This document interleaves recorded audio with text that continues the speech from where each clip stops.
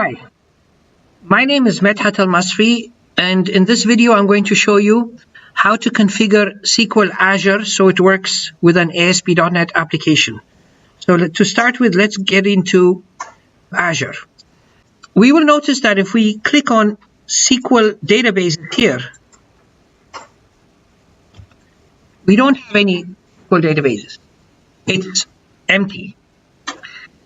So the first thing we need to do is we need to add a server. So I want you to understand the concept of how SQL Server in the cloud works. So at first, the container for databases, of course, is the server. So we have a server. And in that server, you add databases. So you can have multiple databases in here.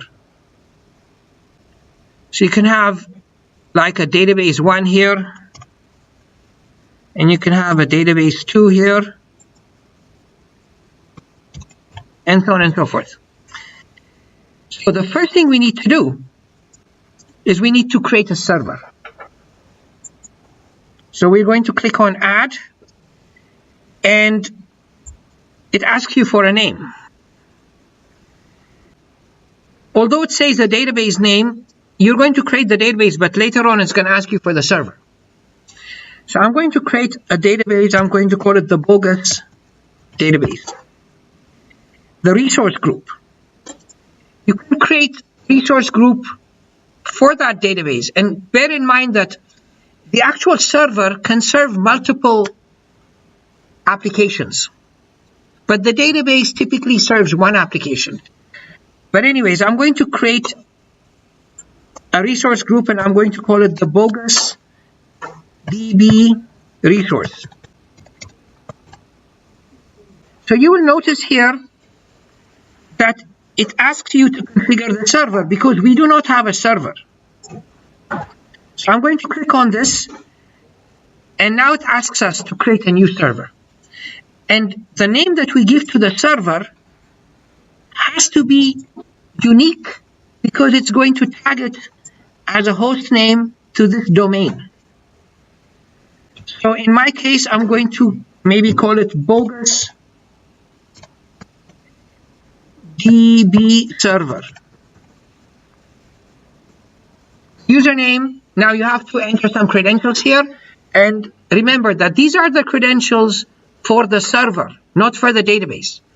You can configure unique credentials for unique databases. This could be considered to be the super admin account that we're creating credentials for. So in my case, I'm going to give it my credentials.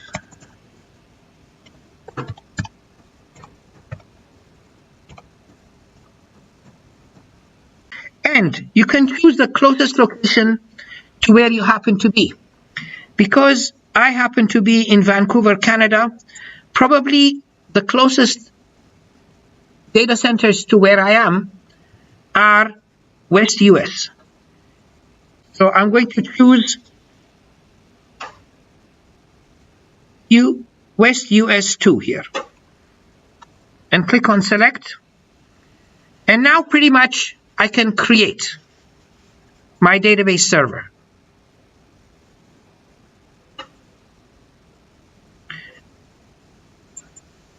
At this point, the database is being deployed.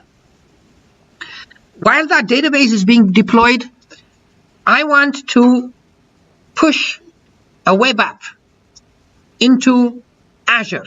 So I'm going to go and add a web app. So I'm going to choose App Services here.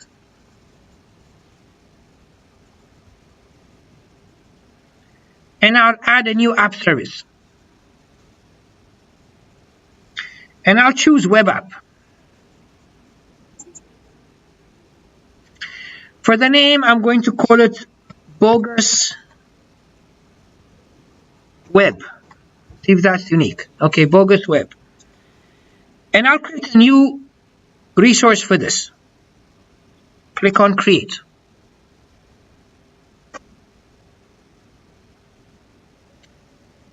And that's also spinning. It is creating for us the website.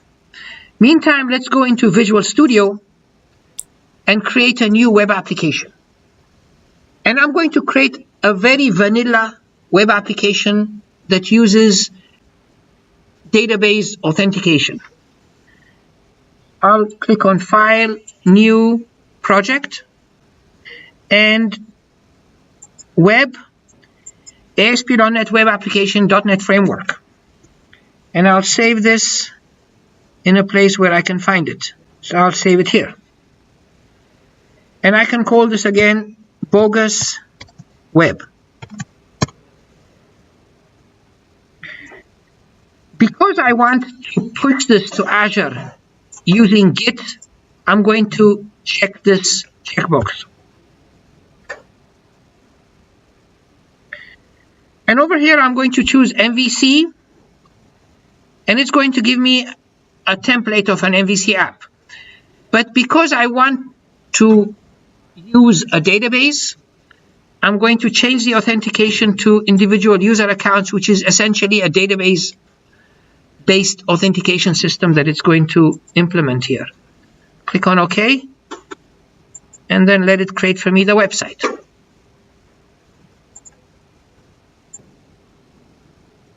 Meantime, we can go to our Azure and see whether our web applications and our database has been created, and we can see here that everything's good. Let me go to my database. And you can see that we have a database that has been created here. The bogus database is here. Click on the database.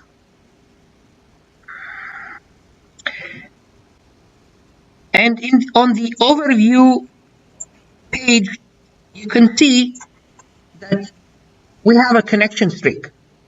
And the connection string is what allows us to talk to that database. If you click on that connection string, you can grab the whole connection string. So I'm going to copy this, and I'll put it in Notepad. Now, there's a placeholder for your username, and there's a placeholder for your password. So when you put this connection string where it's supposed to be, remember to replace this with your username and this with your password. So I'm going to leave this here for the moment. And I'll go now to my app that I just created. And the app that I just created is this one here. I'll go to this app and I'll click on deployment options so that I can set the deployment options to be Git. So I'll choose source, and I'm going to use a local Git repository to push this application into Azure. Click on local Git repository.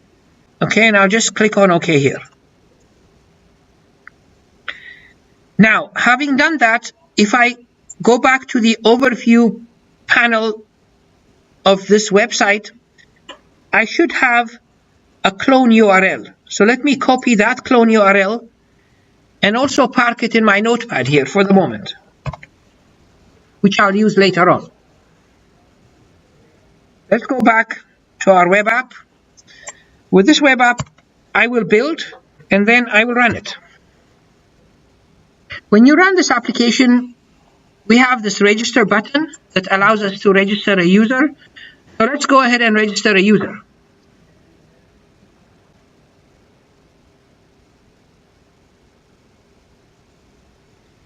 Now, when I do register the user, a database file gets created in this app data directory. So I can open folder in File Explorer to see what's in that directory here.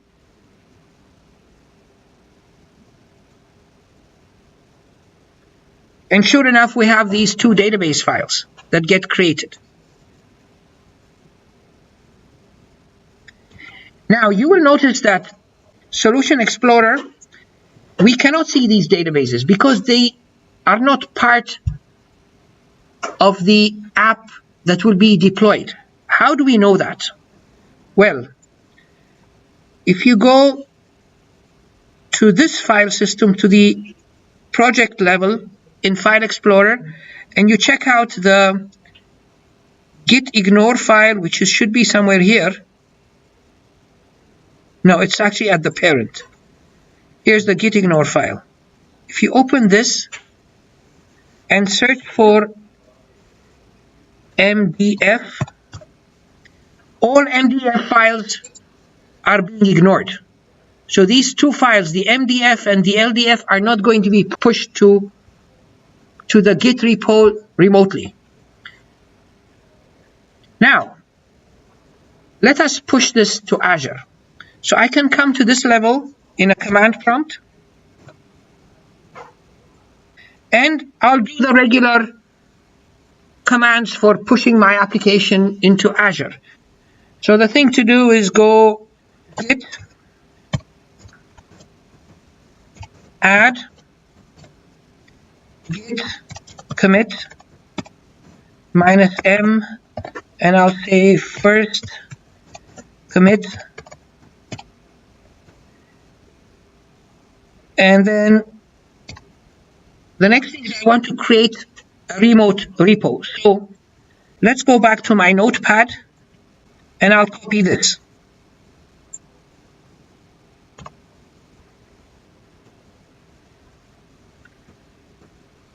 I'm going to say git remote add, maybe I'll just call my git remote git repo AZ, and I'll paste this. Now I can go git push AZ master. It's going to ask me for my credentials. Now, what are the credentials that I need to use here? The credentials I need to use are the ones that I have to set up in Azure. You would click on deployment credentials and create credentials here. I already have my credentials that I created here. Now, whichever credentials you create here, they tend to be the credentials that you can use for Git and for FTP as well. So back here,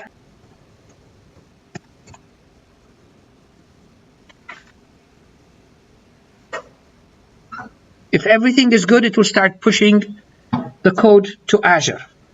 And not only does it push it, it has an automatic build that it does up there in the cloud. You see now it's doing a bunch of build tasks in the cloud. Okay, so now it's done. Let's have a look at what it did. So if I go here and I click on the link for the website, I will not be very lucky with the database. So let me click on register and try to register a user. And I suspect that it will fail because it's the web.config file is pointing to a local database. Let's have a look. You go in here and have a look at the web.config file. It's pointing to a local database. You can see here it's pointing to a local database, and we don't have a local database in the cloud. So this is bound to fail. But just to prove it, we go and try to register a user here. When it's spinning for a long time, as we can see here, it seems to be spinning, it's probably going to time out because it's looking for a database that's local and it can't find it. So there's a timeout after which it sort of gives you a generic error. And this is what's going to happen. And here is the generic error. Now, if you want to see more detailed errors, because this is very generic, it doesn't give you much information, you can go into Azure and filter on advanced, and you'll get these advanced tools. So click on Go here, and then under Debug Console, you can either choose CMD or PowerShell. And this would give you a list of your artifacts. So I'll click on Site, www-root, and down at the bottom here, you can edit the web.config file. And in the web.config file, under the system.web section, which is down here, add this markup. Custom errors mode equals to off. And let's save. Now if I refresh the page, it's going to spin again and it will time out again. But at the end, it should give me a more detailed error message. As expected, we get an error, but this time it's a little bit more detailed, and this is a long way of saying that I can't find the database. Essentially, that's the problem. So how do we solve this? Well, we just created a database. All we have to do is point this thing to that database. But before I just change the connection string so that it points to that database, I want to show you something else. Let's go back to Visual Studio. Suppose I want to actually poke into that database from my Visual Studio. We can do that. I can go under View and SQL Server Explorer.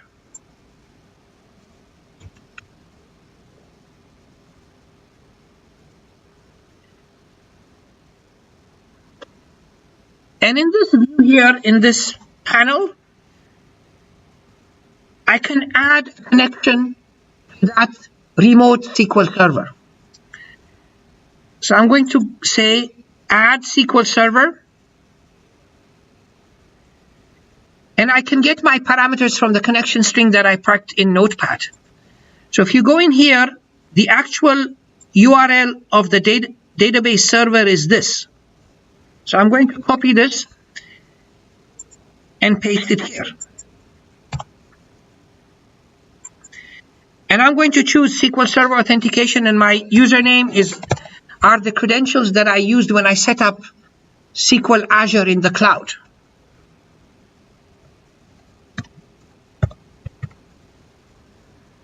And I can check remember password. So, something interesting happened here. Connected to SQL Server in the cloud. Now there's a firewall rule in the cloud that doesn't allow connection to the SQL Server database except from a select number of IP addresses. This here is asking me, do you want to add those IP addresses? But I'm not going to add it from here. I want to show you how to add it from Azure itself. So I'm going to go to Azure, and I'll select my database, which is BogusDB. So I'll click on that. And in this panel here, there is a tab to set your server firewall rules. I'm going to click on that. And here, it detects that the IP address that you're connected from is this IP address. And it asks you, do you want me to add this as my legit IP addresses that are allowed to connect to this database? And say, yes, I want you to add this IP address as one of those IP addresses that I'm going to allow. So I'm going to click on Add Client IP, and you can even give it a name here. Used from Visual Studio or something like that, whatever you want. After you're done, you can click on Save. So now it's pretty much saving and it's done. That doesn't take too much time. Now if I go into Visual Studio and I try to connect again, you see this time it connected because I added that to the legitimate firewall IP addresses. And now if I click on my database really at this point, it really doesn't have any tables because I haven't used it yet. Okay. Now the next thing is, let us change the connection string and have it use this database rather than the local database. So I'm going to go into my app under Solution Explorer here, and I'm going to edit the web.config file. And in my web.config file, I will comment out this connection string. And then I'm going to copy this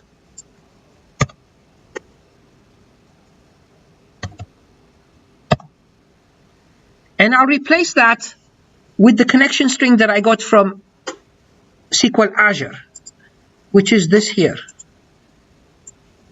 This whole thing, I'll come and I'll put it in here.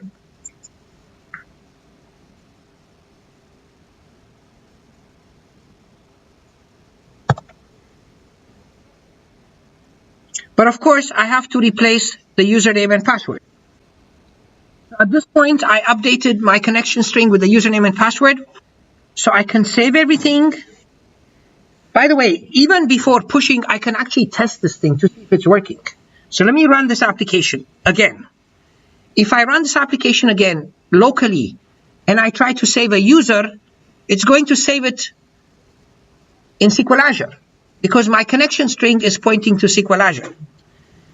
So here I'm logging off actually because it remembers the local database that I had. I'll register a similar user and let's register.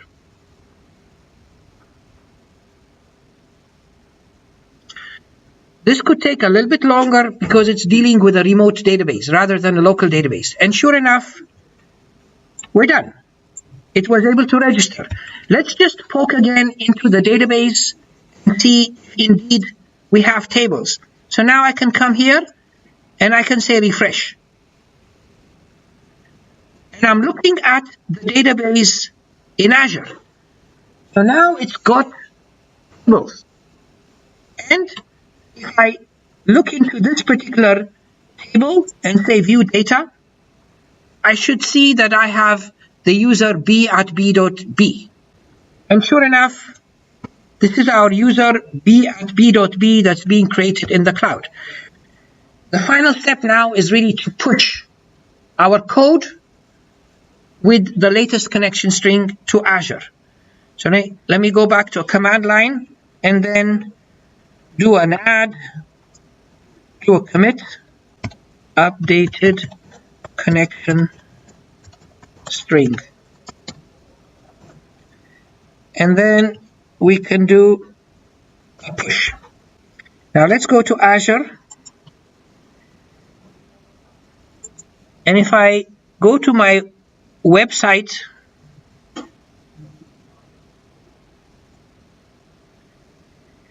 and if I check my deployment options,